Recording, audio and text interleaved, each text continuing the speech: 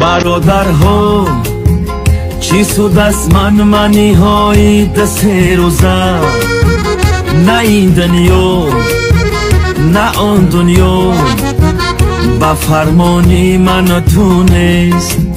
گناهی ما ثوابی ما نماند هیچ بپرسیش.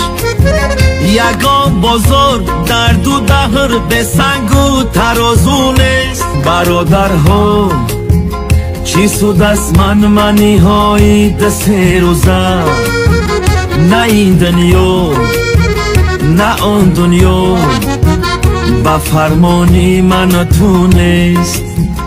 برادرها چی سود از منی های دست روزه، نه این دنیا نه آن دنیا با فرمانی من تو نیست.